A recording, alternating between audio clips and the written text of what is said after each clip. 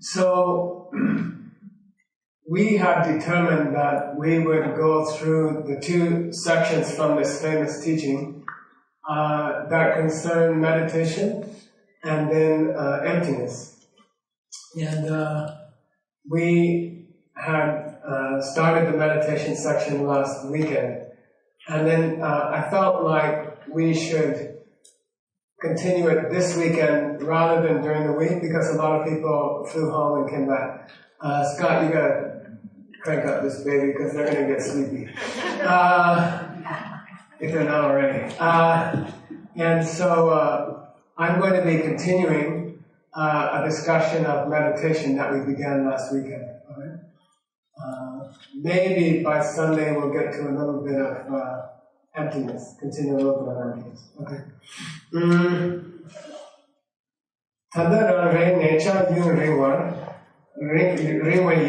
Chegom, Mipala Raksam le, Neni Nube, Ninchila, Tunchoke Somashin, Yun Tomashitan. Today in the morning we had a practice meditation together. We did an hour together. I think we did 20 minutes of talking. Then we did 10-15 minutes of warm-up, meditation warm-up. Then we did, I don't think, more than 5 minutes or 7 minutes of meditation. And we went deeper and deeper into an object. And by the end, everybody was in deep. For a few minutes, just a few minutes, maybe 3-4 minutes, alright? And we held it deep, way deep for 3-4 minutes, and then we just stopped. And we talked more, okay? So what Pabongka Rinpoche is saying is, all of me and you, people like you and me, we hope to have a very long period of fixation on the object. We believe that we should be capable of sitting in deep meditation for half an hour or an hour or something like that. But in reality, we only bump into the object once in a while. Like during a whole meditation object, we sort of wandering around, once in a while it gets in our way and we hit it. But what we're supposed to be meditating around. Okay? So we're sort of worse than intermittent meditators. We just hit it once in a while. Therefore, there was a custom in Tibet that rather than doing an hour, and say doing an hour in the morning, an hour in the afternoon, and then an hour in the evening, it was a custom in Tibet to divide your waking hours into 18 parts, right? So if you have like, I don't know, let's say you had 6 hours of meditation time, you would divide that into 18 parts, 20 minutes apiece. And you would do sessions of 20 minutes long, okay? If you include there the preliminaries and the dedication at the end, you would be on the meditation object for 5 to 7 minutes, something like that. So rather than sitting down, especially those of you doing 3-year retreat, you might want to try, rather than trying to do a whole hour on the object or something, which you won't do, divide the day into 18 parts, do 20-minute sessions, and try to stay on the object for maybe 5 to 10 minutes, okay? Really stay on the object. It's much, much better to start with 5 minutes intensely on the object and slowly build that up, maybe 1 minute a week, okay? Maybe you increase it 1 minute a week, rather than sitting for an hour and wandering around. If you sit for an hour and wander around, you will never improve in your meditation. And you get into a very, very addictive bad habit. And you won't even notice you have it. Your meditation will be dull, and you will never know. You will just spend an hour wandering around. You will never taste real meditation. You will never get the high visions and personal experiences that result from meditation. And then sooner or later you'll just quit, because nothing will be happening. Right? So rather, see if you can stay on the object for 5 good minutes. Do a nice long preliminary, do some breath meditation, go to the object for 5 minutes, come off the object, do a Thanksgiving meditation, think about all the people in your life who've helped you, the kindness of all the people around you, dedicate the good karma to someone else, 20 minutes, stop. and then go for another 20 minutes later in the day. Don't do this 1 hour thing or even a half hour thing. You will be off the object, and you will get used to that, and it'll be very hard to change later, you know. I teach a lot of people Tibetan, and the very best thing is if they don't have any Tibetan before, because their pronunciation is always wrong, and they know a lot of strange things, and I'd rather have someone who doesn't know anything. It's much easier to start with a person like that. So don't get into any bad habits. 20 minutes. Start with 20 minutes. Even those of you who think you can meditate, I mean, today I think we felt some deep meditation in the room for 2 minutes when we were on the grains of sand. For 2 minutes we had deep meditation going in the room. And that's good. Then increase it from there. Too much down. Daring chingu mi shore pu dhaba shi chene tu nyunga tamo che. If you do short sessions, you will be able to avoid the two great obstacles to meditation, which are getting dull, just a dull feeling, dullness, and restlessness, thinking about lunch. Okay, you will reach a kind of meditation for 4 or 5 minutes, which is free of those two extremes. Chene, therefore, tu nyunga dharma. Say tu nyung, la, dharma. Tu nyung la, dharma. Short sessions, lots of sessions. Right? It's a saying. Short sessions, lots of sessions. Tu nyung, dharma. Okay? Manguche. If you keep up the principle of many short sessions, 20-minute sessions, Rangtoki means automatically, without noticing it, your fixation on the object will start to get longer. The time on the object will get longer by itself. You don't have to fight for it. Only, De Jung Tane Yun Sing. And then you can start to increase the length of your meditation sessions. Okay? You'll know, because you'll be on the object more. Okay?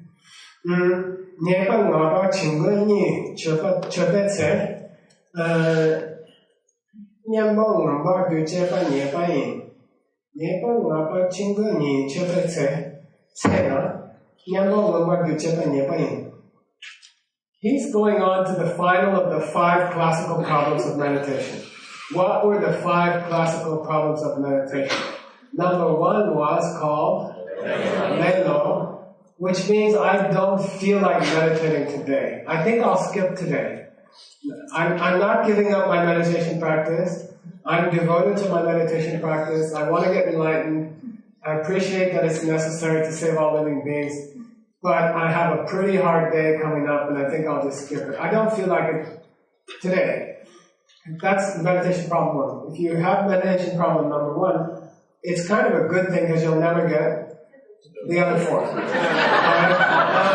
Okay, Layla is number 1. Number 2 is forgetting the instructions, which is a code word in meditation circles for you lose the object completely. You're off the object completely. Normally, in the beginning, you're not even aware you're off the object. You know, you're thinking about lunch, and then there's this mental, jolt. Like 2 minutes later, you're like, hey, I lost the object like 2 minutes ago. I've been thinking about lunch for like 2 minutes, and I didn't even notice. Okay, that's the second meditation problem. What's the third meditation problem? Yeah, you get on the object. Okay, you're able to get on the object. The minute you're on the object, you will have one of 2 problems. You will start to get unclear. The mind's power, the mind's clarity, the mind's freshness will drop slightly. Or you'll start to get restless and your mind will want to break off the object. So the number 3 is really the main meditation challenge. And that's where you will spend 90% of your meditation life. Okay? If you get past number 1. And you're correcting between the 2, right? What's meditation problem number 4? Yeah, you don't correct. You catch your mind is not fresh. you catch that your mind has no intensity on the object.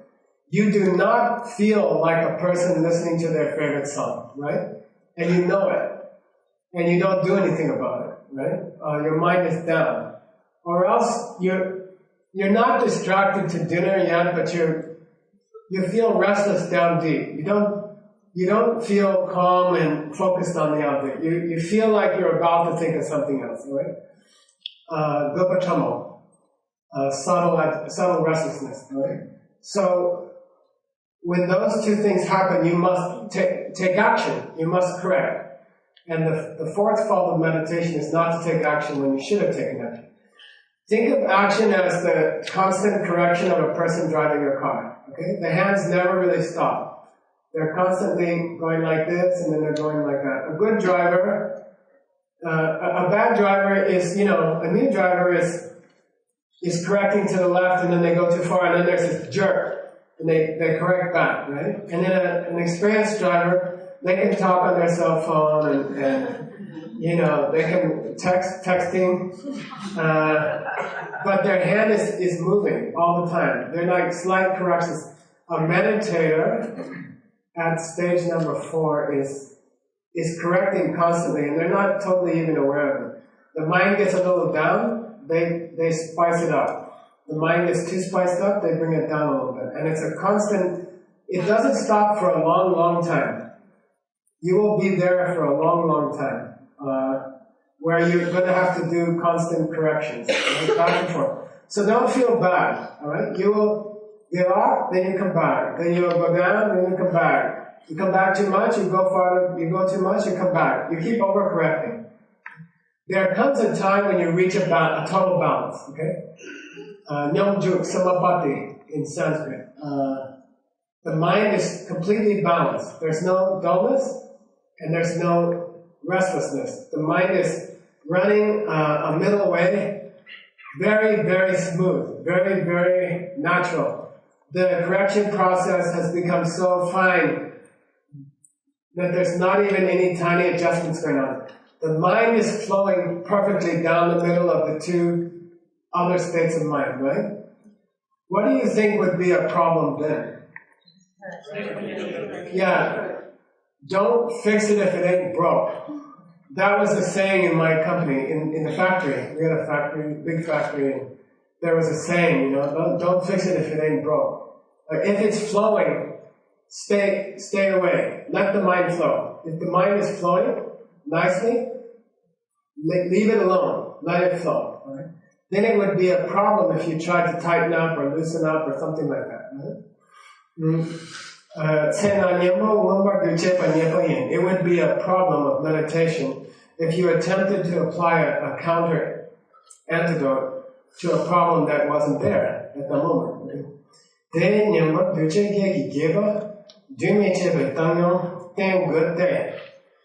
The fix for problem number 5 is antidote number 8, which is leave it alone. Okay.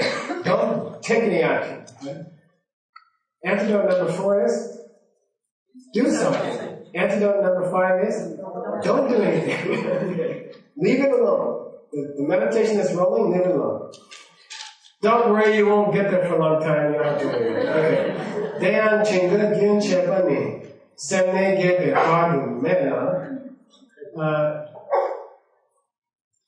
Dayan chinga gyun chepani semne gebe padu mena. You will not have a period in your meditation career which is not plagued by dullness and restlessness until you reach the 8th level, right? There are 9 levels of meditation. Until you reach level number 8, you won't experience any relief from these two extremes. You will constantly be going like this. There won't be a time when you don't have restlessness or dullness to fight with. Okay? Then say chinga shine kyang dadu de jung min jung tagne nyamda bechi tenba sem nepa la party chepe nepa yimbe. Then say chinga shine kyang. At the 8th level, your restlessness and your dullness have been subdued. All right. Dadu if when you have overcome those two things, you keep looking for them, right? Checking for them, and you take some kind of, if you make some kind of effort to fix something,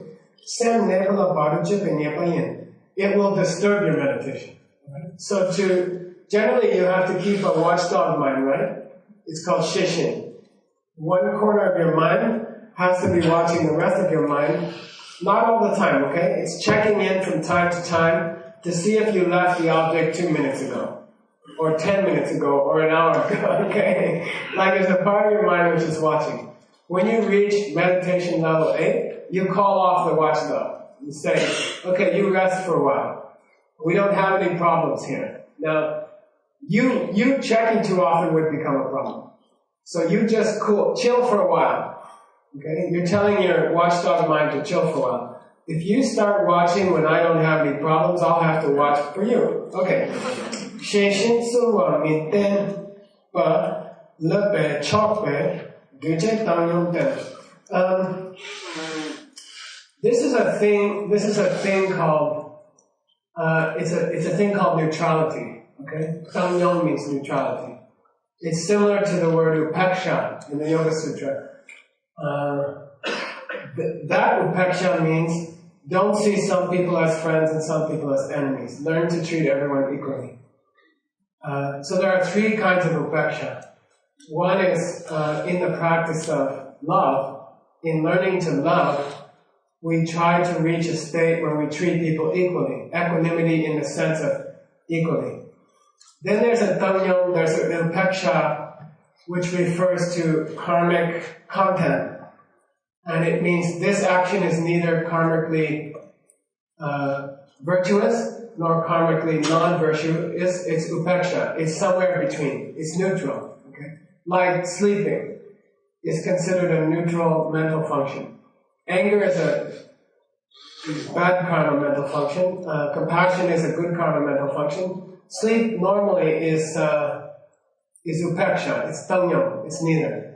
The third sense of upeksha in scripture is this one here. It means leave it alone. Don't mess with it. Tangyong means leave it. Okay? Tangyong teaching.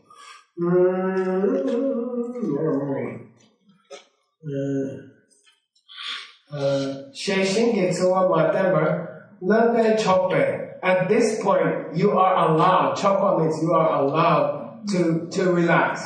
Okay? Only at level 8, you are allowed to chill. Relax. Lepa means let it go. Relax. Okay? Just, what do you call it? Like, let it go. Right? It's a very famous word. Lepa means chill. Alright? Let it go. Let go of the watchdog mind, which is the first level at which you do that. Not until level 8 do you let up on your watchdog mind, lookout mind, okay? Mungi damba mamba kyan luga par sumba tamje semne gebe par semchinga ki wangu ninjowe neka su sheshin gitsuwa lupa sumba ki. Great masters of the past from India and Tibet and China, who were great meditators, they all recognized that there was a point called the 8th level of meditation, where because you were no longer in danger of falling into dullness or restlessness, it was appropriate to let up on your watchdog mind. Okay? For the first time in your whole meditation career, when you hit level 8, you can tell him to just calm down. Okay? You don't have to do anything. You can take a rest. We don't need you to check whether we have dullness or restlessness, because we're up to level 8 now and we're not going to get them anyway. In fact, if you intervene, it will have a cause a problem. Okay?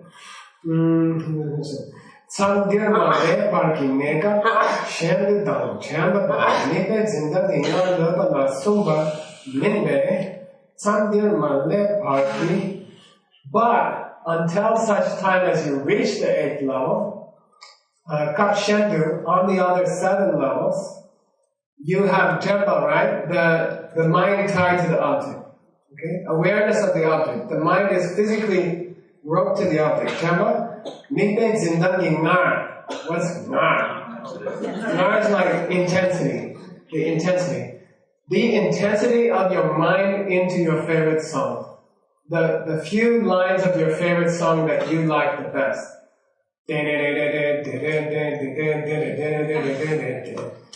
Cowgirl in the sand. It's the beginning of the instrumental. And your mind it sinks into those notes. Okay, that's Ngar. Okay, in the middle of the favorite page of your favorite book of all time. Ngar. Levala Sumba Min. Min means we aren't saying that you should release your Ngar, and we aren't saying that you should release the rope on the object before the 8th level. Never. Okay? You can't release those before the 8th level. Prolama Dhaki Lurabla Gomra. Say Lurab Gomra. Lurab Gomra. This was an old famous meditator's axiom. What do you call it? Idiom. Cliche. Saying. In the old days. Lurab Gomra means I just gotta get a catchy English thing. Okay?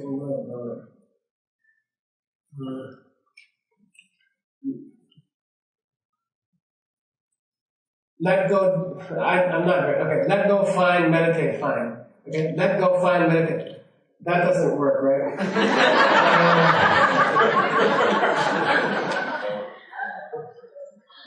Heart meditation is heart letting go. Something like that, I don't know. There was a saying that the best meditation was when you let go. Okay? How about meditation is letting go? Meditation is letting go. So that came to be people who had reached level 8 started to say to each other, hey, the best meditation is when you let go, right? Other people who hadn't reached the 8th level heard that. They told the watchdog to go to sleep at level 6. And then they spent all day thinking about breakfast or lunch. You see what I mean? Okay, they let go too early. Okay? And it became a problem. They failed to recognize the proper line at which you could let go. Okay? If you let go of your awareness before the 8th level, that's a mistake. So don't get misled if you run into that saying somewhere. Okay? Why is that? Nature Nyuryam Chingwa Chamor Shorne Tingin Zinle Yan Rimar Garoyan. Nature Nyuryam Chingwa Chamor Shorne. It is true, he says, if you get some kind of sense of surrender before the 8th level, where you're kind of letting go, you might be able to get quick progress on fixation. Okay? The fixation part, you will make some quick progress if you let go even a little earlier than you should. The fixation part will go well. But, Chingwen Tramo short, you will fall into subtle dullness. Okay? What was subtle dullness? It was kind of like spacing out on the object. Okay? You don't lose the object. And you don't even lose some sort of freshness of the mind. But there's no intensity on the object. It's listening to your favorite song in the dentist's office. Okay? I do that. I spend a lot of time there. He plays, 70s and 80s hits. Because we're about the same age. And, I don't lose the music. And my mind is, aware. Because he's drilling. And, but I'm not really, so I haven't lost myself in the music exactly, because he's got his hand in my mouth. Okay, so there's no rar. Okay, that's subtle dullness. I'm aware of the music, and I'm to some extent I'm enjoying my favorite songs, but there's definitely not this deep pleasure in the song at that moment, right? Nar means intensity. Shortly. So if you rush things too quickly about letting go, not making effort. If you drop the effort too early, You may speed up your fixation, but you won't fall into the object. You won't get lost in the object. Okay? And then the whole process will be delayed. The progress of your meditation will be delayed. Okay? Then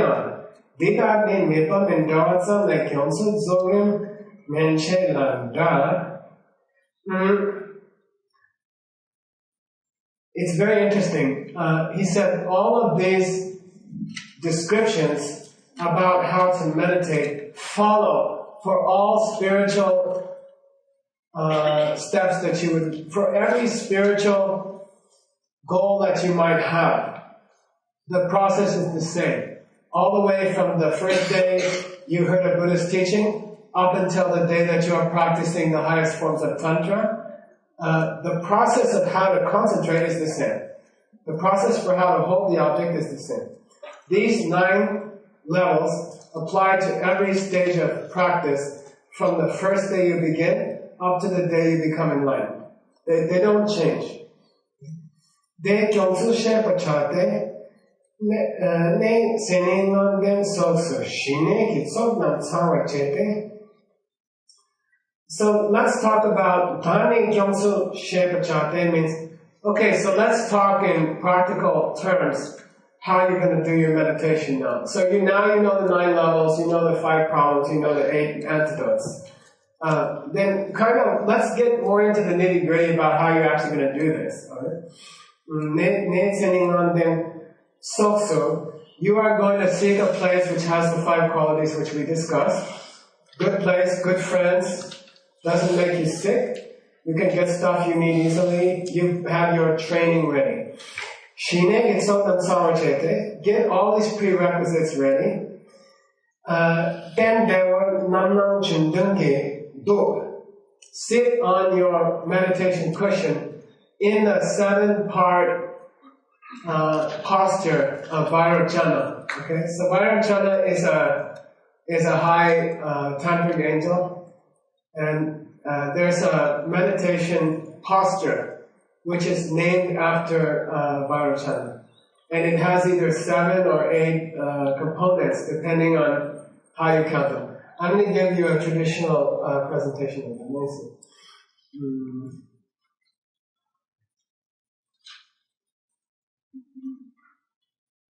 Because he doesn't. Right? So here's the traditional way of teaching them. 7 parts to a correct meditation posture. Number 1 is called your legs. Okay, refers to your legs.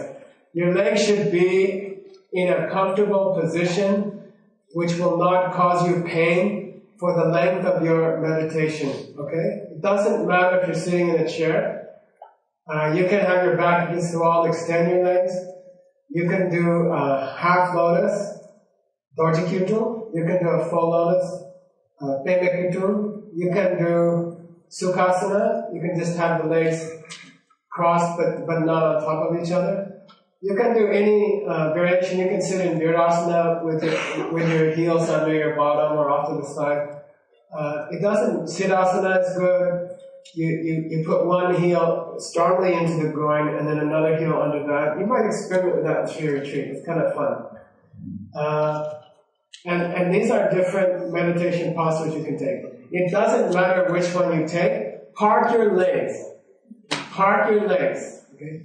Nobody's watching you. Okay? Except the Buddhas of the universe.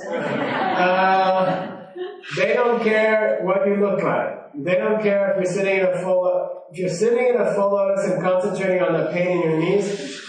That's the most foolish thing you can do. You're a fool. Okay? You should be sitting in a position where you can forget about your body. No part of your body will be calling up your mind and saying, we hurt down here. Okay? You want to sit in a way that's neutral, right? You don't want the body talking at all. You don't want to park your body. If it's on a couch, like lounging around, I don't care. Generally speaking, it's good. Well, we'll get there. So, number 2, the eyes. Okay? Number 2 is the eyes. The eyes can be closed completely, But there's a slight danger that you might get sleepy because the only time you close your eyes normally is when you're about to go to sleep. So, 30, 40, 50 years of habituation will kick in. Close your eyes, you get drowsy right away. So there's a tradition which is very cool. You might want to try it, okay? You eyes half open, and then it's very important that the chin is still parallel to the floor, right?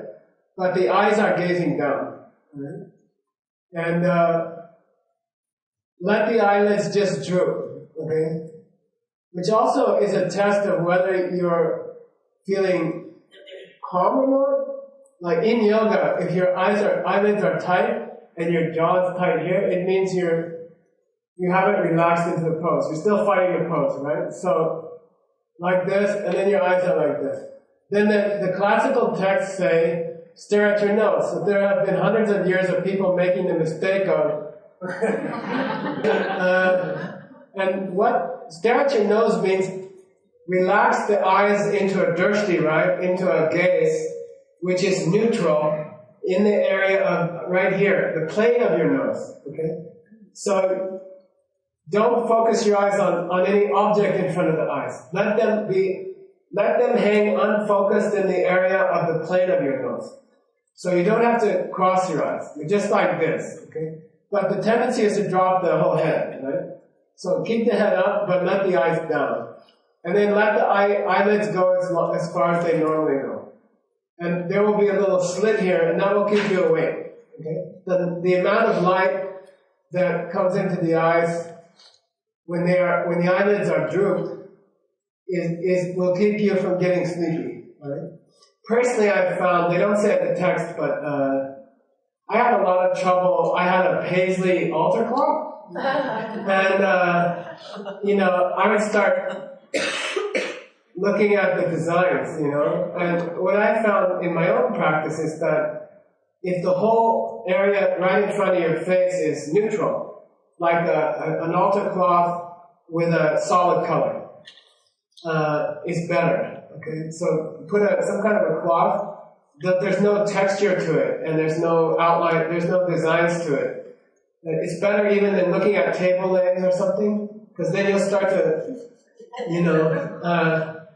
so it's like that, and then your eyes are droopy, and they're just looking down, but don't let your chin fall. Right? Okay, that's number 2.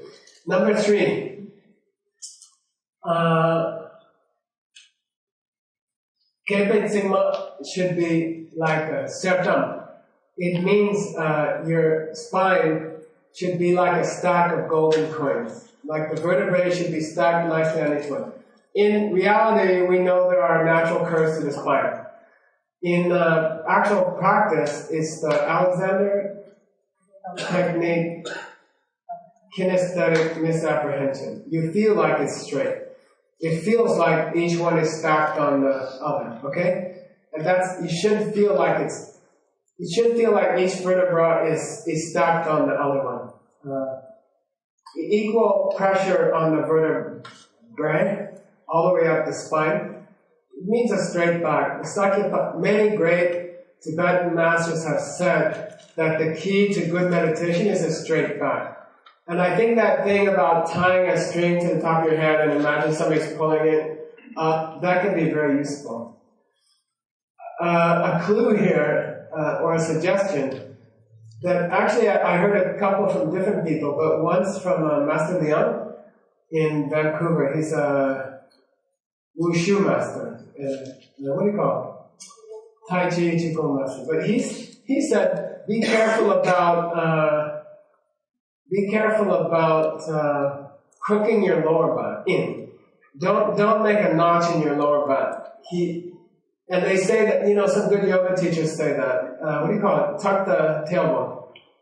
The tendency when you think you're sitting up straight will be to make a dent in the lower back and stick your butt out, and that actually chokes the prana slightly.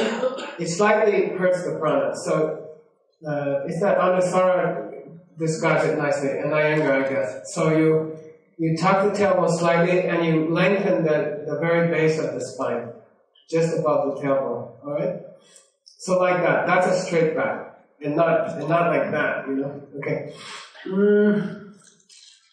The shoulders should be equal. Okay. I tend to go like this. And try to get the shoulders down equal. Right? Shoulders on the back, right?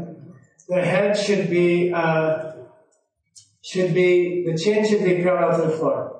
They say in the scriptures that if you tilt the head back too far, you will get gupa, right?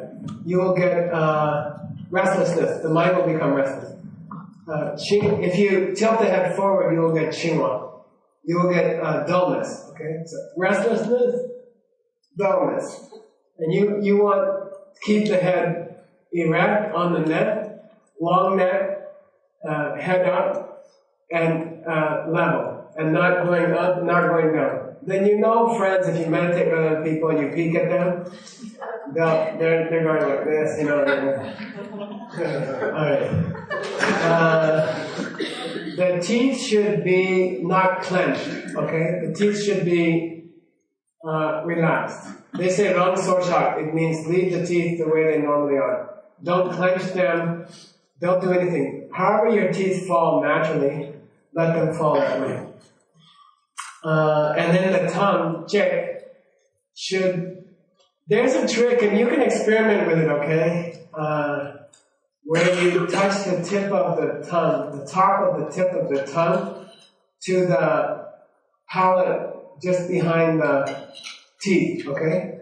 And that keeps your mouth from getting dry. Okay? So don't press it tightly, but let it park there. Park your tongue. Slightly touching the top of your mouth. Okay? This is the traditional posture for meditation, which has been taught for thousands of years. This is the posture of Vairocana. Okay? Sometimes an eighth element is added traditionally to the 7-point posture, and that's watching your breath. Okay? In this tradition, watching your breath was first described in the Abhidhammakosha around 350 AD by Master Vasubandhu. And he had a chapter on meditation, and I think it's the sixth chapter. But he describes Ujjulu, the breath meditation, which was, at the time, it was only used for, I like to call it putting the car in neutral, okay? Like if you have a 1980 Volvo station wagon, especially, you have to put the brakes on, you go in reverse, you pull out of the post office, out of the parking lot, and out of the parking space, and you go into reverse, right? And you're back. And then you don't like jam it right into first and take off, you know, because the Volvo doesn't like that. You know, you have to stop, pause, chew some gum, put it in neutral, wait for a while, and then you take both hands and you put it into first, all right? The car should be stopped, you see? The practice of watching your breath was meant to be a segue between, you know, the busyness of getting up and brushing your teeth and having your favorite herbal tea and starting your meditation. It was meant to be a segue into meditation. It was never meant to be a meditation in itself. Then in some countries, the whole Buddhist teachings didn't get there. In Burma, Thailand, Ceylon, Vietnam, three of the great subjects didn't make it there. They only got Vinaya and Abhidharma in those countries. And then, so they got Abhidharma, somebody went crazy on the breath thing, and now they just watch the breath all day. It's a nice thing to watch your breath, and it puts the mind into neutral. But then you should pick an important object. You know, then you should pick some kind of object which is karmically powerful. Like your lama's image, or like emptiness, or like compassion. You know, you should put the car into first. You know, don't just sit there neutral all day. Okay, like that. Why did I talk about? Oh yeah. So counting the breath is considered the 8th part of a proper posture. You count the breath for a minute or 2 minutes, and then you start your meditation. Alright? Okay. Those are the nam chidun or nam chidun. Chiwu nama le shaktu tsengkang samshik chete tewe tekar pananga shat. So there was a custom, one of the meditations you might want to try is to picture your teacher or any other enlightened being that you honor on the top of your head, facing the same way. Okay? And they say tsunkang. Tsunkang means the distance from your thumb joint to the tip of your thumb. Okay? Like that big. You picture a lama, your teacher, or you picture any holy being at the top of your head, facing the same way. You can, then you can split off another one and bring it down to the level of your navel. Alright? And leave it facing at the level of your navel, facing out. Alright? Deyang double naming selva shik min jungshin jukyan migana. By the way, there's a reason to put it a visualization in front of your navel chakra, or in front of your heart chakra, or in front of your throat chakra. There's a special way in Buddhism. You ring your bell and you ring your drum, right? Da da da da da da, and ding ding ding ding ding. And then you're supposed to ring the bell in front of your heart chakra, and you're supposed to ring the drum in front of your navel chakra, and that stimulates those chakras. Same with visualizing objects before those, in front of those chakras. Min mikpa sarvashing min jungshin, jukkyam migula, deyam dhammo ne mikpa sarvashing min jung. You will not have a clear picture of the object from the first day that you try. Jukkyam migula, and you don't have to worry about it, he says. That's natural. Udam chakshat so chashe chitsandam servamewa tabu lam samshik chachuna. This is nice. This is really nice.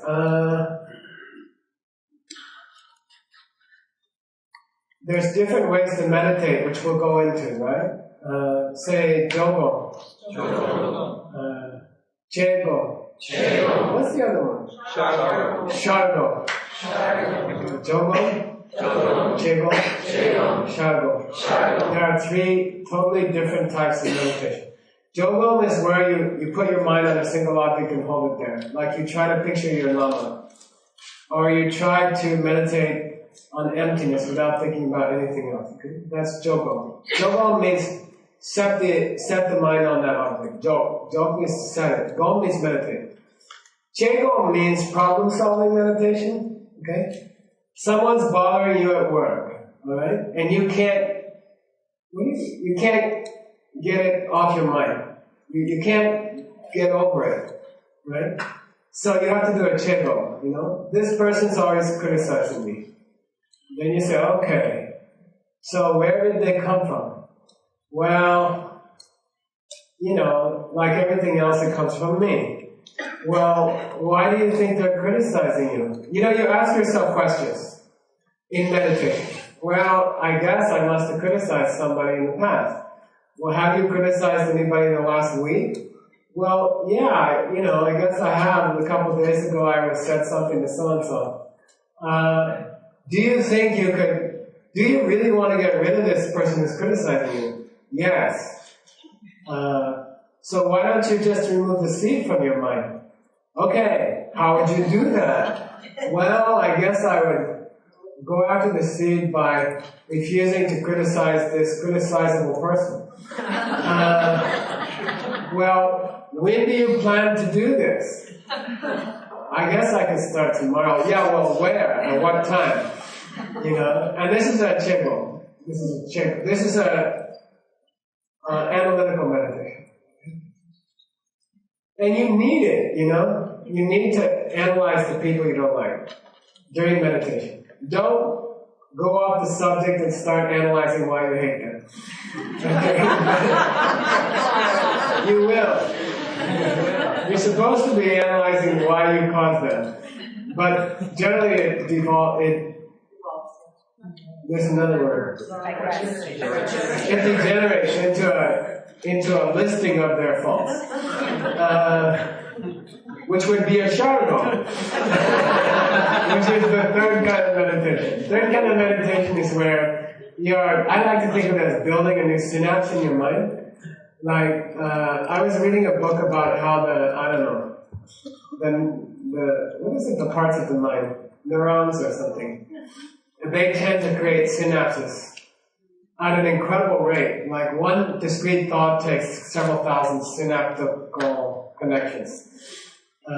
But you're trying to build new thought patterns in your mind. You're trying to purposely construct new bridges of thought in your mind over which you will continually travel in the future. Right? So, for example, a bad Sheshin would be where you over and over you think of all the reasons why you don't like somebody. You know, they make me nervous. I walk into the room. I don't like them. They're always bugging me. They're always too close to me. You know, and you go over the same 5 reasons why you don't like these people over and over until it becomes a pattern in your thinking. It becomes a solid structure in your mental building. And then it's really hard to break. What we seek to do in Buddhist practice is do the opposite. You know, like, what are 5 reasons why I should be patient with the people who bother me at work, you know?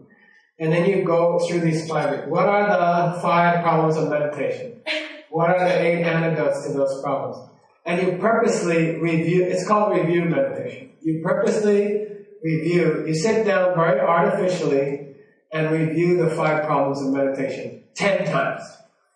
You can say to your own mind, we're going to go through the 5, can you list 10 times in a row, quickly, the 5 problems of meditation? And then it gets really firm. Anything done at the core of the mind during meditation sticks with you. Anything done at the core of the mind sticks with you. Okay? Any review meditation you do during deep meditation, it sticks with you. Scott, you're going to have ready Xerox and you're going to have ready Will. Okay? Alright. Okay. So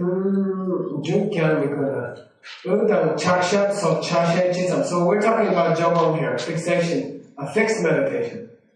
And he says, at the beginning, if you're going to visualize a holy being, just try to get a round thing with 5 sticks on it. You know, 2 arms, 2 legs, and a head. You know, just try to get a blob with a smaller blob and 4 things coming out. You know, because that's all you really honestly will get. You know, try to get the outline of a person. Sometimes I do a silhouette. It's very, very powerful. If you want to learn to visualize a person, start with a silhouette. Imagine there's a sheet in front of them, and someone is projecting a powerful light behind them, and all you can see is their silhouette. And just work on a silhouette, okay? Most people don't learn to visualize very well. All right? They get lazy. They don't try to visualize the whole thing at once. You know, I often just do the eyes. Just the eyes staring at me. 2 eyes sitting there and staring at me, you know. When I was a kid, they told a story about this, a ghost called 2 Eyes. And this farmer would wake up every night and there'd be this ghost, 2 eyes, just staring at him at the foot of the bed. And he would wake up and look down at the foot of the bed and there were 2 eyes staring at him. And it drove him crazy. Finally got a shotgun. And he went to bed with a shotgun. And he woke up and 2 eyes was there. And he shot 2 eyes and he blew his toes off. So anyway, I'm just hoping you won't forget the 2 eyes again. So it's just 2 eyes staring at you, okay? And go into the, you know how like when you're mushy, you met somebody new and you're mushy and you both had some wine and you're like staring into each other's eyes. So like that with your teacher. If you're going to meditate on the Buddha Buddha or Jesus or whoever, then just like you're falling into their eyes, just do the eyes. So at the beginning, don't try to do the whole thing. Just do the eyes. Right? Or he says, forget the blob and the sticks and just have a golden light. Just a golden orb. You know, this is my holy Lama. Just shining. It's like an egg-shaped shining thing. Start with just a blob of light. And then later start adding detail. Right? Tela Jembe Maje Par Zindang Dhambor Sem Mayang Bar Kyang, and just practice holding on to the silhouette without letting go. Tie the mind to the silhouette. Don't lose the silhouette. You don't even have to try to improve the silhouette, right? Just silhouette, but don't let go of the silhouette. Tie the mind to the silhouette. For how long? Lucky if you can get 5 minutes. Don't try more because you'll get a bad habit. Okay? Don't try more. If you want, go back again. Do another meditation in 10 minutes. You can do lots of little tiny ones. Don't sit there on an object for more than 5 minutes. You'll get a bad habit. You won't be strong. It won't be strong. Stop, take a rest, have a sip of tea, go back in. Like that. Okay?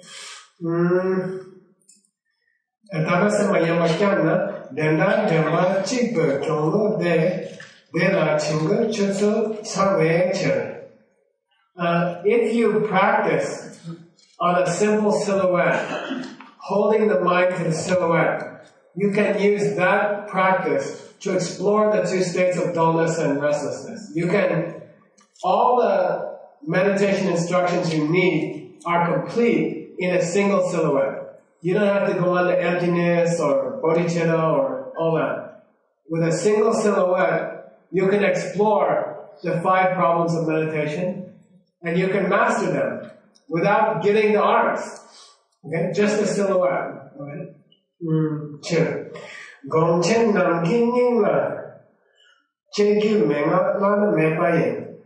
This is the incomparable, deep advice of the great meditators of the past.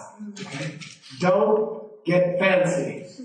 Just take a basic object and do 5-minute stretches on it. The length will come. The what do you call it? They call singla in Tibetan. The duration will increase naturally as you go. Stick with 4 or 5 minutes at the beginning on the object. Okay? The duration will come. And that's enough. A simple object. Don't get all fancy. Okay? That's just another kind of restlessness. Right? Deyan Chingone Zindan Dambe Chela Gapane Miyangbe Chado. If you get, he's kind of wrapping up, okay, before he moves on to another subject. If you get dullness, tighten down on, Zindan means tighten down on how you grasp to the object. Tighten down on the bonding to the object. Okay? Bond closer to the object. Okay? If you feel dullness. Gapa Mayangbe Chado. If you get restlessness, try to stop any distraction of the mind. Okay? Try to stop the mind leaving the object. Okay? Deta Gombana Nature Chungna Chingman Bantang Nieru Somwe. If you get pretty good at your meditation and you reach a state of fixation, automatically dullness will start to come. Okay? There's a joke in Tibet, you know. You don't get dullness if you have no fixation. Okay? Right? Like if you can't stay on the object for more than 30 seconds, you'll never get dullness on the object, okay? Because you're not on the object.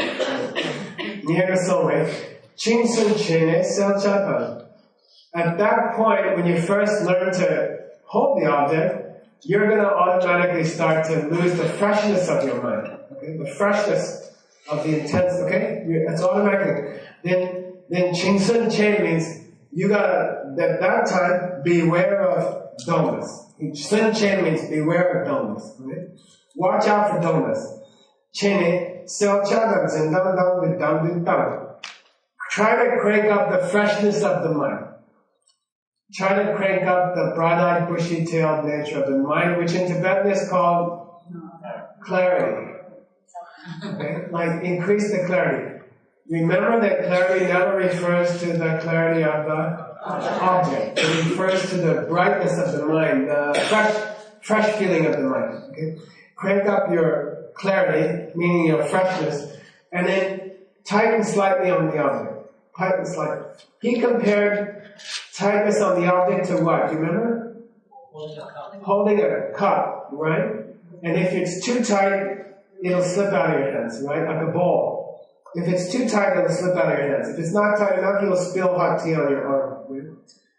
And every human being, you know, by the time they're 4 or 5, they learn rimba. They learn the proper amount of tightness. Not too loose, burns your arm. Not too tight, the bowl pops out. Okay? And then you have to reach that with your meditation. The right degree of tightness and looseness at the same time. It's that thing in yoga, you know, what do you call it? Like, concentrate but lighten up. Something like that. Hang on tight and dangle loosely. Hang on tight and dangle loosely.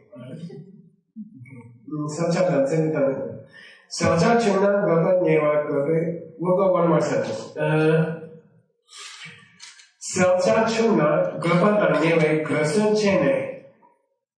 If your fixation gets too good, right? I'm sorry. If your clarity if the mind gets too fresh, what will happen? Yeah, restlessness. You start to think about other things.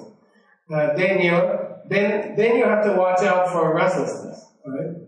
So what he's describing is this process of driving. Okay, you will be too tight, lighten up. You will be too light, tighten up, and don't get discouraged. Okay, you are meant to correct, okay? You should be correcting constantly. You should be detecting problems constantly, so don't get disturbed, alright? We said the other night, and I'll say it again. When you first start meditating, and you finally learn to listen to the state of your mind, it's a little disturbing. How little you can concentrate. You see, you always were like that, but you were never aware of it because you never listened to it before. So don't think you're getting worse. You're just detecting what you've always been. Alright, I want to make 2 pitches at this point, okay?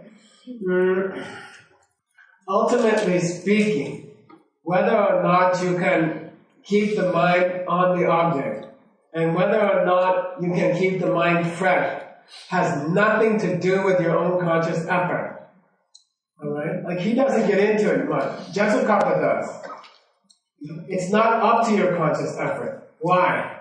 There are days when you want to stay on the object and you can't. And there are days when you'd like your mind to be fresh, but it's not. And you can tell your mind to be fresh, but it's not gonna be.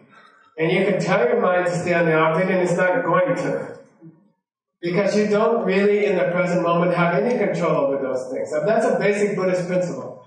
You don't have control over the current condition of your body and mind. You can't tell your body not to get breast cancer.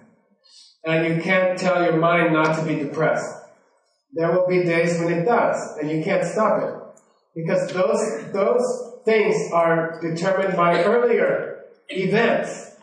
Whether or not your body develops cancer cells, or whether or not your mind is depressed at any given moment, is all coming from something you did 6 months before.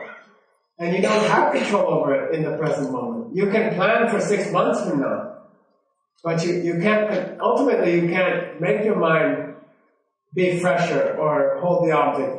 This is all sort of a theoretical thing here. This is saying take the aspirin, but be aware that it might not work. You have to set up the causes ahead of time. What are the causes for having a great meditation? He said, Sok Jibjan, right? Collect some good karma ahead of time. Especially those of you going into tree retreat, right? It's very cool to do some huge virtuous project just before you go into a long retreat. It gives you power it gives you karmic seeds which will continue to open during the 3-year retreat.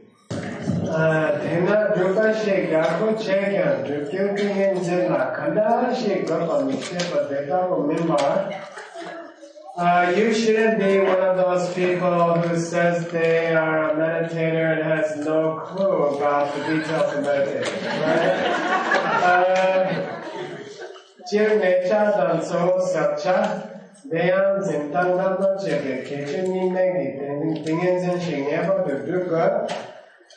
You have to develop meditation which has both of those qualities, fixation on the object and a freshness of mind, clarity, right? Freshness of mind, which would include the ability to tighten down on the, what do you call it?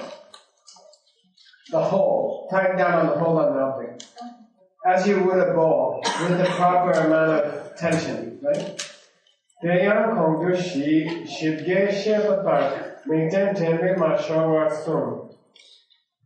I explained before, you have to be able to tie your mind to the object as if you were tying a rope to the object, okay? You have to almost have the physical sensation as you begin a meditation of tying your mind to the object of meditation.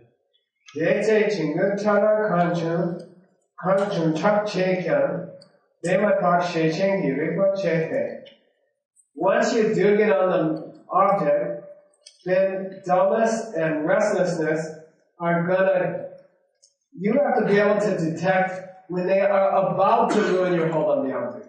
Right? He didn't say detect when they happen. He said detect when they are about to happen. Chak means about to happen. Sheshin. And then instantly the watchdog mind has to raise the alarm. Okay? Ding, ding, ding, ding, ding, ding, ding, ding. We're about to think about lunch. Ding, ding, ding, ding, ding, ding, ding. You know, okay? That's my object. Okay, soso nyambo, chalutene go. And then jump to the appropriate antidote. If you have dullness, tighten down a bit. If you're about to get distracted, what? Listen a bit. It seems counterintuitive. You have to, it's something you have to experience. That's why we're doing the January retreat, right? This is the theory course. January is the practical course, or your 3-year retreat, all right? Just slightly practical. So you'll get a chance in January. We will sit down and we'll explore. If listening up when you get agitated in the mind helps or not. Okay, we'll see. Maybe we'll do little exercises, like 10-minute exercises. Okay. Tighten up when you're already distracted. And we'll see what happens. Like that. Let's do it. The purpose of the structure of this 10-year teaching is that we do 10 days of theory. And then we go into the laboratory and try it on ourselves in a deep meditation retreat without the cell phone or laptop. We are going to do the great kindness of taking away your electronics at the door. Okay? People charge a lot for that. Canyon Ranch will charge you $1,000 a day or something. All we do is give you a bunk bed and charge you for that. Okay? For the honor of taking away your electronics from you. Okay. Devatashishin. Sasha nyambo chaktaniko. Chinga chapana nyambo tsuwa nichepa nipatsechi kineshi.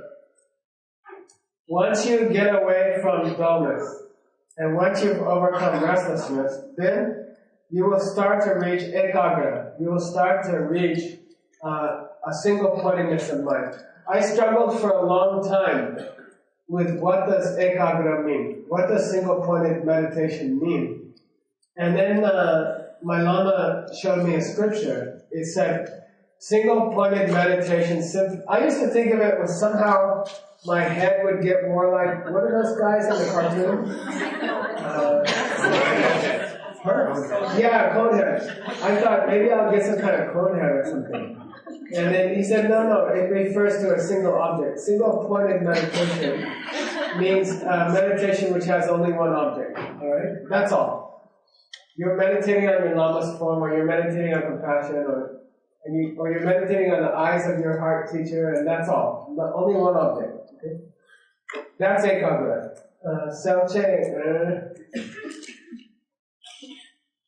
Say chitane, you will reach single-pointedness. Shindu sawa selchenga dendu gyongga. Try to maintain an intensity of the freshness of your mind, which again is the feeling of being lost in the object. Okay? Just think favorite song, think favorite music. That's true meditation. It's not spaced out. It's a deep feeling of enjoyment, right? It's being engrossed in the music. You feel lost in the music. You're not aware of anything else. It's all Neil Young, you know, and you're just not thinking about anything else. You're deeply, pleasurably engrossed in the object. Okay, that's all. It's like that. Kissing your high school girlfriend. Yeah. Now I remember I was in the driving. That's why Arizona doesn't do daylight savings time. You don't know that? No, they said it would ruin all the drive-in movies. No, I'm not kidding. Probably they had the same experience as I did, all those legislators. I remember the guard of the driving coming and banging on the window of the station wagon with his flashlight, you know, and we both pop up, and the whole place is empty, and there's no more movie. The movie's been over for like an hour, you know? And that's intensity.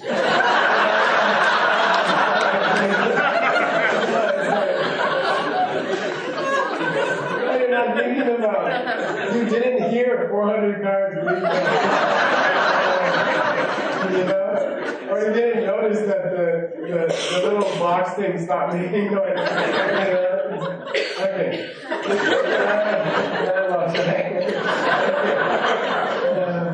But it's like that, something that you're deeply. That's real meditation. Making out with your high school boyfriend, that was real meditation. Seriously, the state of mind was a meditator. That's what you want. It's excited, engaged. It excludes other objects. You know? Okay? Chakchen Parmani, this is beautiful. Then maybe we'll stop in like 5-10 minutes, okay? Chakchen means what? Chakya Chumbo.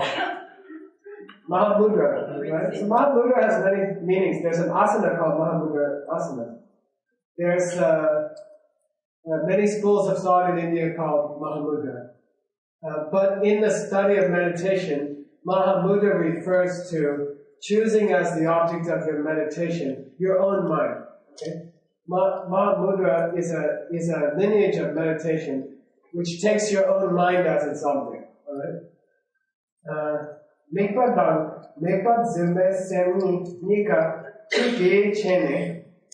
He says, consider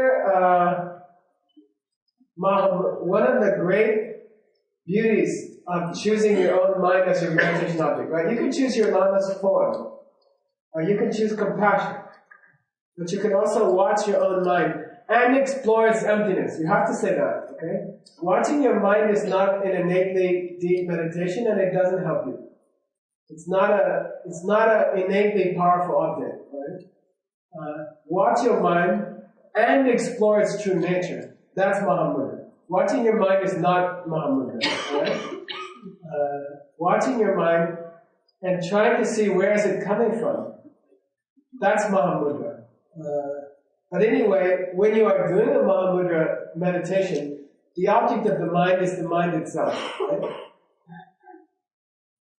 Which has interesting implications on the Sheshin, on being aware of whether your mind is getting dull or restless.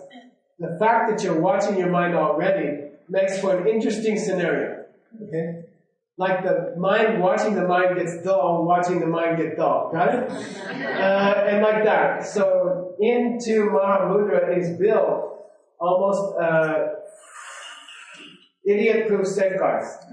You're watching your mind as the object. If you've lost the object, you don't have awareness of whether your mind has lost it. You see? it's very interesting. If you detect dullness, your mind is already dull. It's kind of one of the selling points for Mahamudra meditation is that it's very hard to get dull on the object. Because if you're on the object, it's not dull because you're watching your own mind. Okay, got it? So the object, which is your mind, and the subject, which is the mind watching the mind, they are the same mind.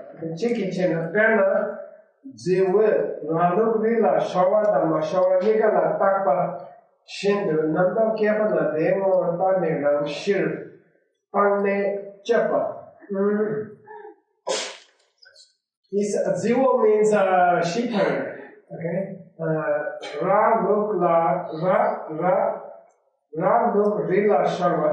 They are on a, what do you call it? A hill. They're in the hills, watching to see if they have lost any goats or sheep or not. Right? Nikara, Taka, Shindu.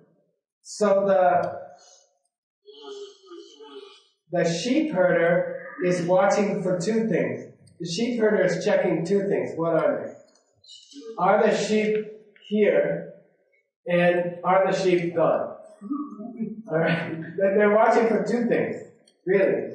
How many sheep are missing and how many sheep are here? Like, you can think of it that way. Right? They are looking what's here and what's not here at the same time. Mahamudra has that same flavor.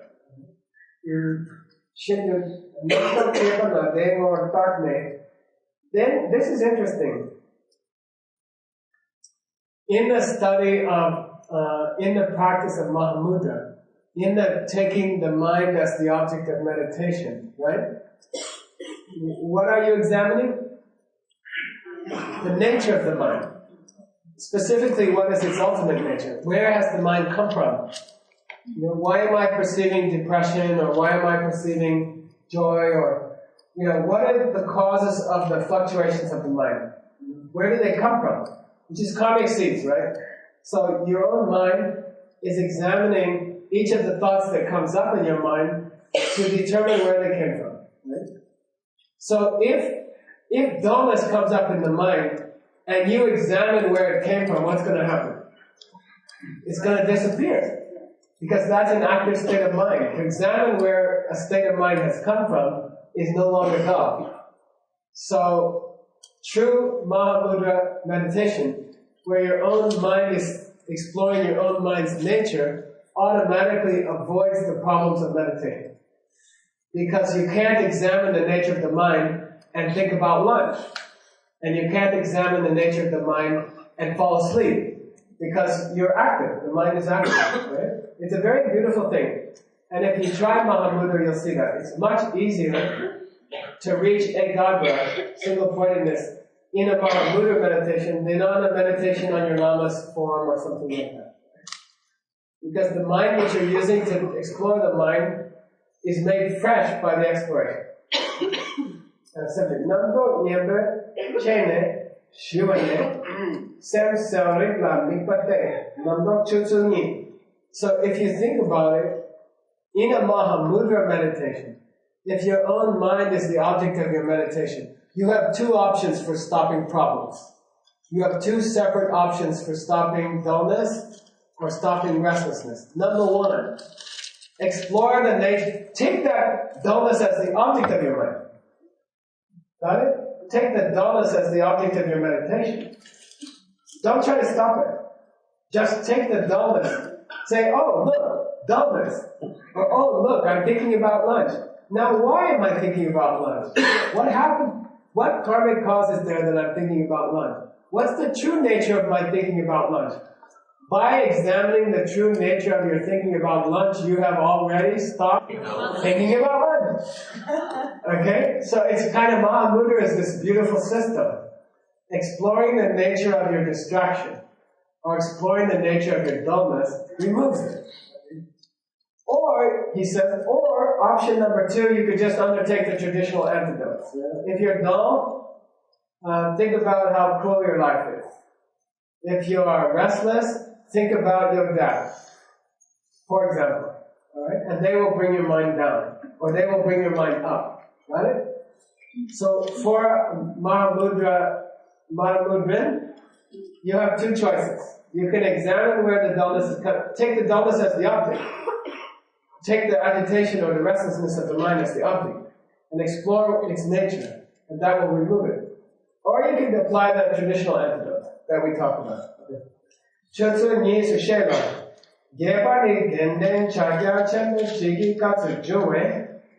If you want more detail on this, go to the first Panchen Lama's classic text on Mahamudra or his auto commentary. Okay? Semla or Geshe Prabhupada's explanation. Semla Migne Shine Jukdurba Namkidele Shegom. Those of you who wish to achieve a deep state of meditation, if you're attracted to this object, you have to go for the object that you're attracted to. Alright? I happen to really enjoy picturing my Lama. You know, I could spend all day. I do spend all day. I get in trouble. You know, I daydream all day about my Lama's form or what my Lama said or things like that. You could take that as your object. Or you could take emptiness. You could do emptiness solving problems all day. Okay? Solving emptiness problems all day? Like that. Or you could focus on your own mind and watch your own mind and think about the nature of your mind. Where has it come from? Why am I experiencing this? Take the meditation object which is naturally attractive to you and go with it. Okay? Ride with it. Right? I've given you a couple of options. Mostly just think about whatever spiritually uplifting thing you get distracted by. And meditate on that. Take that as your object. Take as your object whatever you're attracted to. I like my Lama. You might like your mind. Or you can focus on emptiness. Or you can focus on Dullness. You know? Okay? Anything that you find attractive.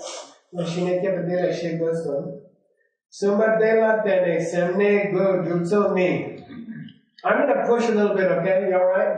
Yes. Yeah. No. I'm going to be late. Anyway, okay. He's going to discuss the 9 states of, the 9 levels of meditation. Okay? Here we go. So, this is cool, okay? Here's my selling point for understanding the 9 levels of meditation. Here's my selling point for understanding the 9 levels of meditation. I liked school. I enjoyed high school, for example, because it was so clear where you were. You know, you're in algebra class. You're in college prep algebra class, period 3 with Mr. Mortensen or whatever it was. You know, like I'm in class. Period 3, I'm in algebra, I'm in second level algebra, and I have to finish page 45 and 46 today and be ready for a quiz on it tomorrow. Like, to me it was very comforting to know exactly where I was, you know? You're a sophomore, you're period 3, and you're sitting in that class, and we consider you a second level algebra student. And you have this teacher, and you're doing these pages today. Okay?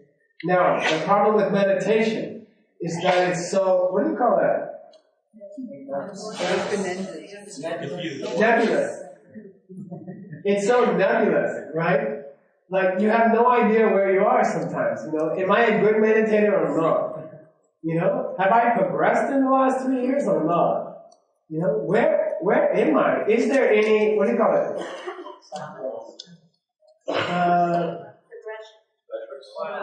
Metrics. British Airways. Excuse me. I'm thinking of our question about a schedule. I'm like, what's a schedule? We were sitting in this room in the retreat, and these 2 ladies, we were about to go into meditation, and they say, "How do you call it? What's a week?" And I'm like, excuse me? And they say, "How about a week?" And I'm like, I'm sorry, I didn't catch that. And they said, "Can we go for a week?" And I'm like, maybe that's a pee-pee. You know? I said, yes. And then I watched them to see what they did. And they went to the bathroom, you know? Yeah, it was a wee-wee. said.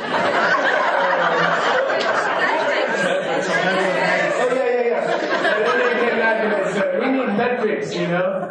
Like, this approach is very interesting, but how are you going to prove that it worked on the 43,000 employees of British Airways? You know, how are you going to measure the progress? You know, is it more people are aware of karmic seeds? I mean, how do you measure that? You know?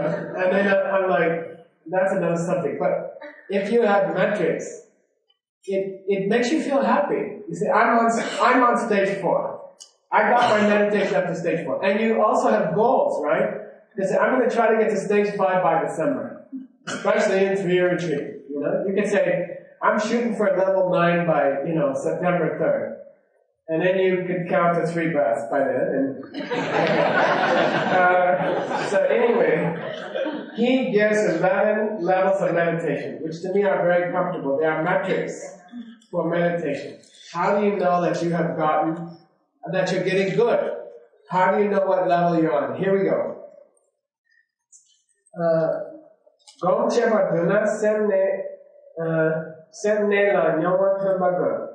If you want to become a serious meditator, you have to become familiar with the 9 levels of meditation. The defining levels of progress, right?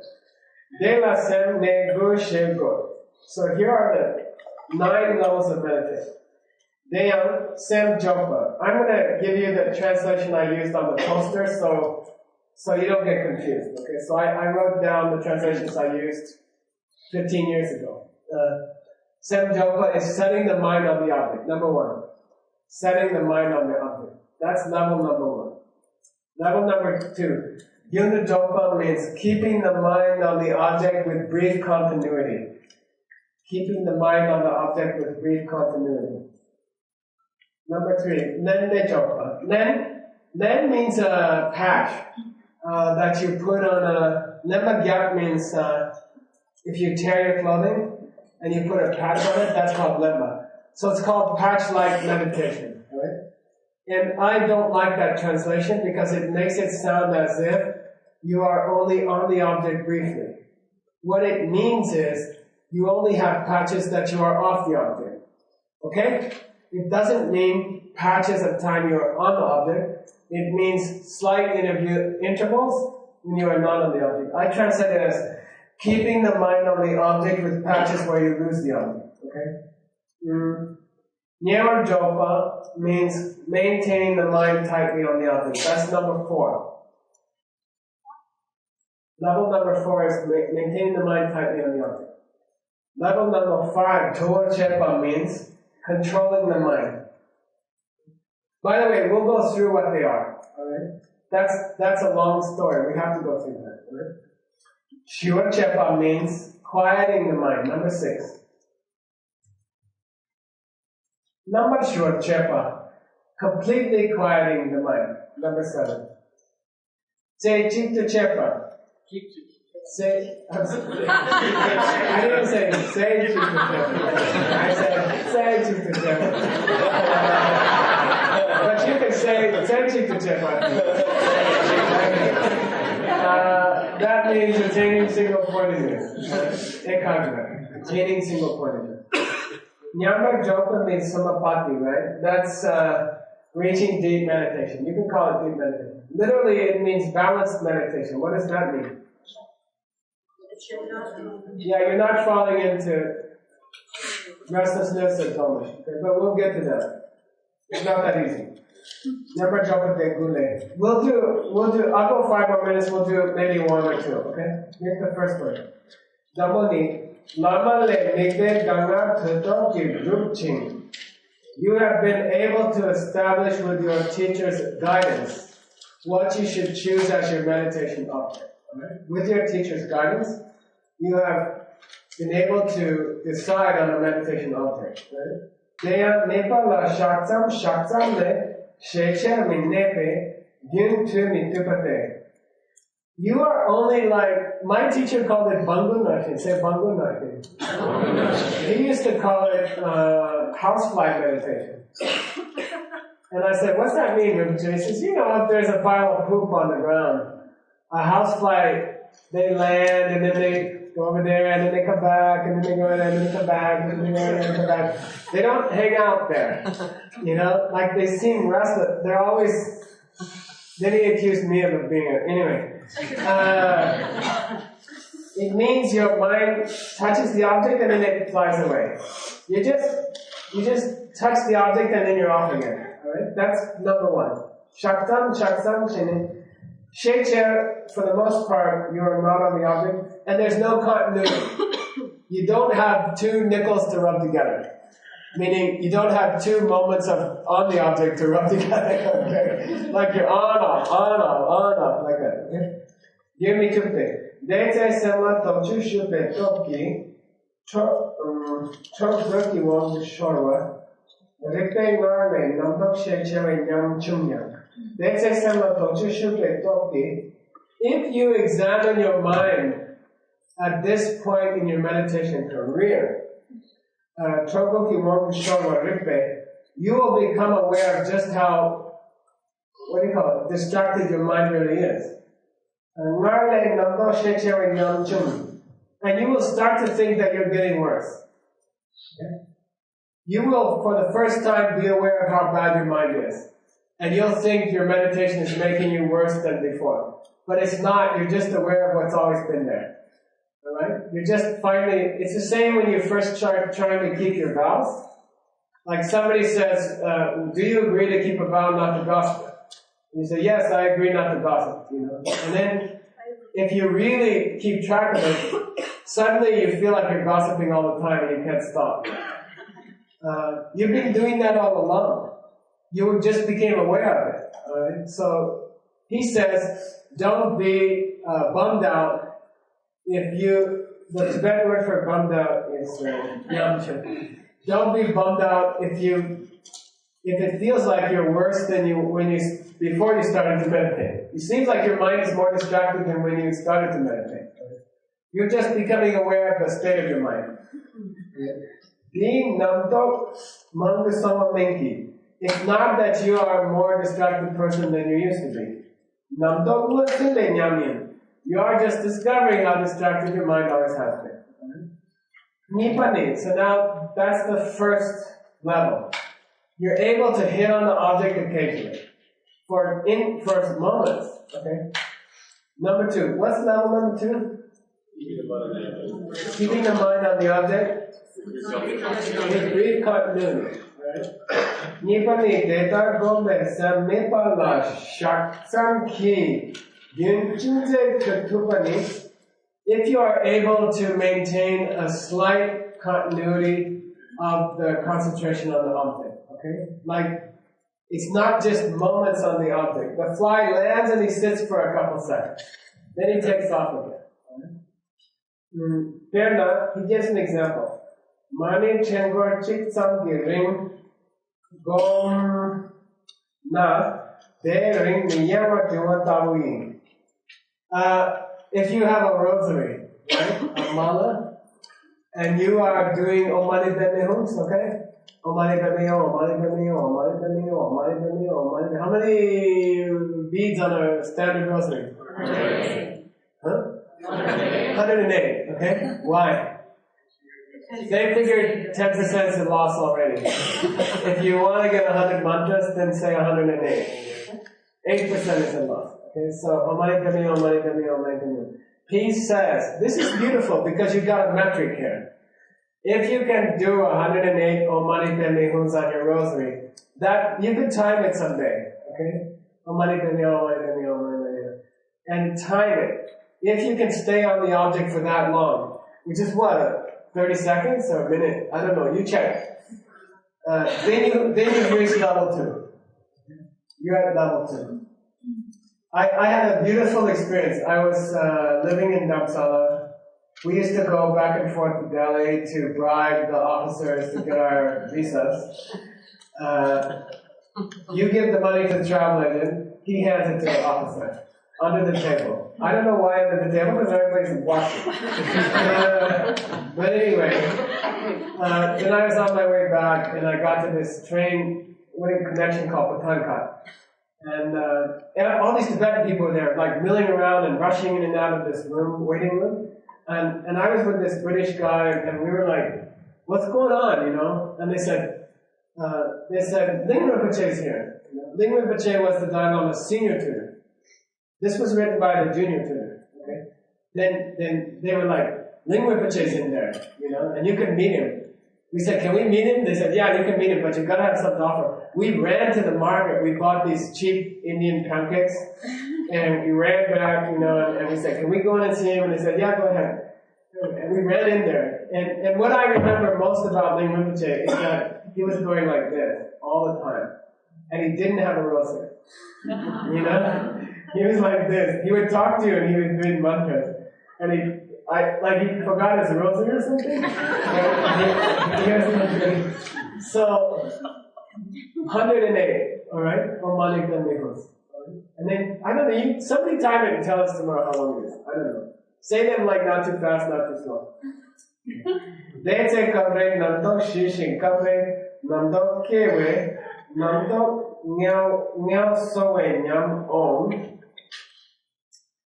At this point, level number 2, you have somewhat subdued your random thoughts, meaning dullness, restlessness, etc. And other times they reassert themselves. So the nyam is a difficult word to translate. Nyam means the feeling of being there. Okay, the feeling that you're at level number 2 is that your mind's distractedness takes a break once in a while. All right, you get brief breaks from your mind's own distractedness. All right, you're like it's like the distractions are taking a break once in a while. That's all. Nothing more glorious than that. Oh, you know, my dullness took a 2-minute break just there. Now I'm back in my dullness. Okay, like that. All right. It's very difficult to translate. These Sambeto Pitu, this particular level, and I believe the previous one, but we'll get to that. They are accomplished through certain powers. There are, I think it's the 6 powers. But what helps you achieve the second level is thinking about the object. Sangha means considering the object. Thinking about the object. Serne dambo nipa dini la chinga mang shing ne de nyume yiche shi dambo jimbe jupe kap yin. There are, okay, let's review where we are. We got 5 problems of meditation. We got 8 antidotes for them. The process of applying those 8 antidotes to the 5 problems will result in 9 levels that you move up to. Okay? And I think it's 6 powers or 5. I don't know, we'll get there. You'll be applying 6 powers to go through those 9 levels. Then the last thing you gotta know is there's gonna be 4 modes of the mind. There will be 4 modes of the mind. We'll talk about it. Right? Don't get worried. You will spend most of your time at level number 2 in either dullness or restlessness. Most of the time you will be either in dullness or restlessness. There will be very little time on the object. Okay? Anyway, so we call it the stage at which you are progressing only with Jim means concentrating the mind. It's not at all a relaxed time in your meditation career. It's a fight. It's a level 1 and level 2 are a constant struggle. It's a struggle. You can say that. The mode of the mind at level 1 and level 2 is a struggle. You're like wildly fighting against dullness and restlessness, and you pretty much don't have any control over it. It's a struggle, right? You're struggling to concentrate. So I'll ask you a question. Do you think the periods on the object are longer at this point, or the periods off the object are longer at this point?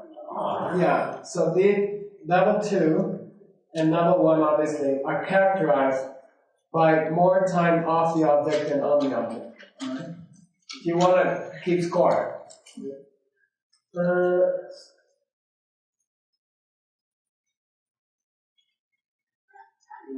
I'll do one more. I'll do 3 and then we'll stop. Okay? Subani, Gurtabo Shila, Kemba Gyaba Shin, Yun Tuve Shidetene, Sam Mipale Yamba Chadu Shene, La Lite La Lete Jopala Serwe. So the 3rd level is called, you can call it patch-like meditation, you know, with patches where you lose the object, alright? You are on the object, you lose the object, and you quickly sew a patch. What do you do on a bicycle tire? Yeah, you like glue a patch on it. There's a rip, there's a tear in the tire, and you catch it and you patch it. Okay, so that's what we're doing. Okay, you catch yourself fairly quickly off the object. And you bring the mind back to the object like a patch. Right?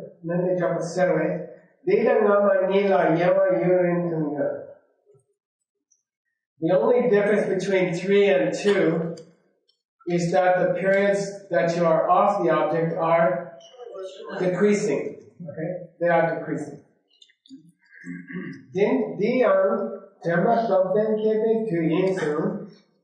This is a time when you are strengthening your awareness on the object. Awareness is the rope that you tie to the object. So you are strengthening the capacity of your mind to hold the object. Okay? I mean, in yoga you are strengthening muscles, right? Maybe you are strengthening attention also, and intention also. But, you know, in the practice of yoga, you strengthen muscles that you maybe weren't even aware of. I heard people talking about Alice's class. First of all, they all said they really loved it, and they had a really good time. And they rarely get a challenging class that they really love. And the people who do yoga a lot, they don't get yummy classes a lot. So they were having a yummy class. And then they said, and then they were talking about all the muscles that Alison mentioned, and where are they, and what do they do, and did you feel that muscle in your pelvis, and what was it called anyway? They were talking about all that. But the point is, in yoga, with a good teacher, you are strengthening little tiny muscles and big muscle groups that you were never aware of. Right?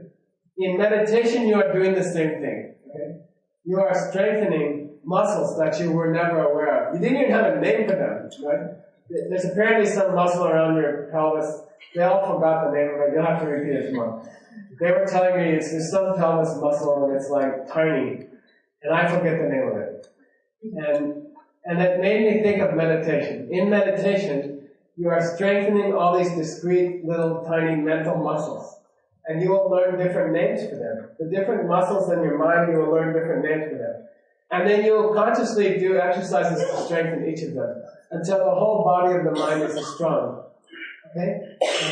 So in level 3, you are strengthening the ability of the mind to hold on to the object. Right? Which is a very basic muscle that you need. Right? Then there are more subtle muscles that you will need. Right? And you have to exercise that muscle in the mind.